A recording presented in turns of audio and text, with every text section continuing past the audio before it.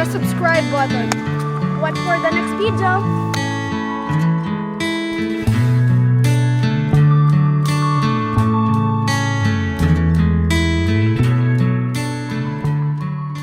In 1973, when I was a researcher at the National Institute of Mental Health and beginning to become interested in alternative therapies, I met Shyam Singha, a London-based Indian osteopath, naturopath, herbalist, acupuncturist, homeopath, and meditation master. Shyam had gleaming yellow eyes and flowing black hair, and wore impeccably tailored Savile Row suits or floor-length, orange silk gowns. Lecturing, he paced the front of the hall like a panther. A brilliant, challenging, occasionally terrifying trickster, he became my guide to the frontiers of healing. Together Shyam and I cooked meals that astonished my taste buds, raised my energy, and lifted my mood. The fast, chaotic breathing meditation he had learned in the Indian mountains pushed me through fear and anger. Shortly after meeting Shyam, I was crippled by a back injury. The orthopedists were issuing dire warnings and getting me ready for a surgery I didn't want. Desperate, I called Shyam in London. "Eat 3 pineapples a day, and nothing else for a week," he said. I thought the phone had gone bad, and then suspected, not for the first time, that he was mad. He repeated it and explained, using principles of Chinese medicine, how the pineapple would work on your lung, which was the mother of the kidney, and that the kidney was connected to the back.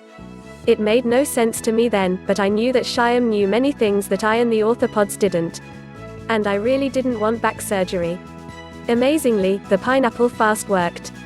Later, Shyam suggested I eliminate gluten, dairy, sugar, red meat and processed food to relieve my occasional allergies, asthma, and eczema. That worked, too. Ever since, I too have been committed to using food as medicine. Soon I was reading scientific studies that were validating the therapeutic power of traditional remedies and suggesting the need to eliminate or cut down on foods that had become staples of the standard American diet. I began to prescribe nutritional therapies for my medical and psychiatric patients. By the early 1990s, I had decided it was time to teach what I was learning to my students at Georgetown Medical School. I asked Susan Lord, MD, my colleague at the Center for Mind-Body Medicine, to join me. To honor Hippocrates, who coined the phrase, we called our course Food as Medicine, and it quickly became a hit with med students. The students experimented with diets that eliminated sugar, gluten, dairy, food additives, red meat and caffeine. Many felt less anxious and more energetic, they slept and studied better and learned more easily. They shook their heads at how little attention their curriculum paid to nutrition. A few years later, Susan and I made an expanded version of this course available nationwide, to medical school faculty, physicians, other health professionals and anyone who was interested in improving her own nutrition. Together with the dietitian Kathy Swift, we created exactly the course we wish we'd had in school, one combining impeccable science and traditional wisdom, presented in the most interesting, practical user-friendly way. We called it Food as Medicine, FAM, and we continue to offer it every year. The course is comprehensive, but the basic principles are simple and straightforward. 1. Eat in harmony with your genetic programming, i.e., the way our hunter-gatherer ancestors ate. This doesn't mean conforming to a strict paleo diet, but rather following the guidelines it suggests.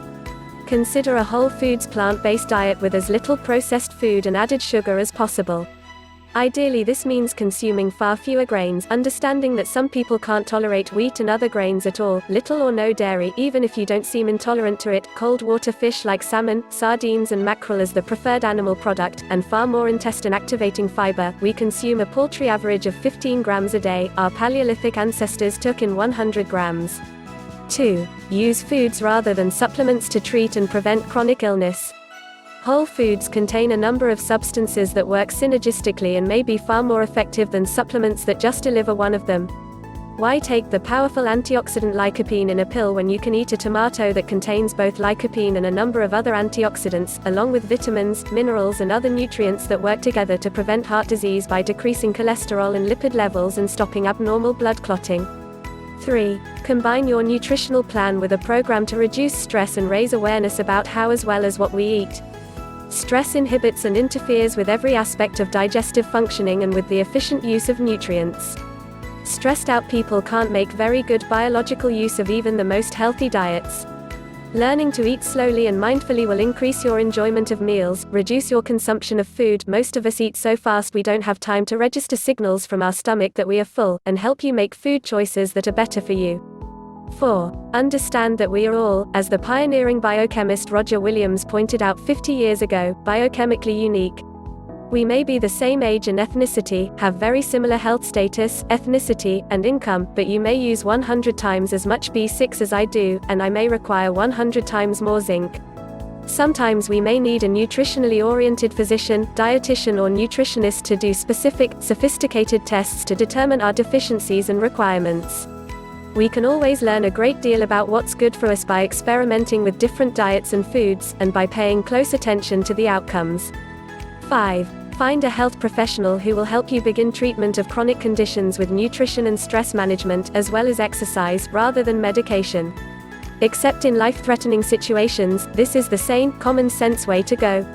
The prescription antacids, type 2 diabetes drugs, and antidepressants that tens of millions of Americans use to decrease acid reflux, lower blood sugar, and improve mood, only treat symptoms and do not address causes. And they have very significant and often dangerous side effects. If they are only prescribed, as they should be, after a thorough trial of non-pharmacological treatment, they will rarely be necessary. 6. Don't become a food fanatic. Use these guidelines, and others that make sense to you, but don't beat yourself up for deviating from them. Just notice the effect of a questionable choice, learn, and return to your program. And don't waste your time and energy judging others for what they eat. It will just make you cranky and self-righteous, stressful emotional states that will ruin your digestion. And it sure won't do those other people any good.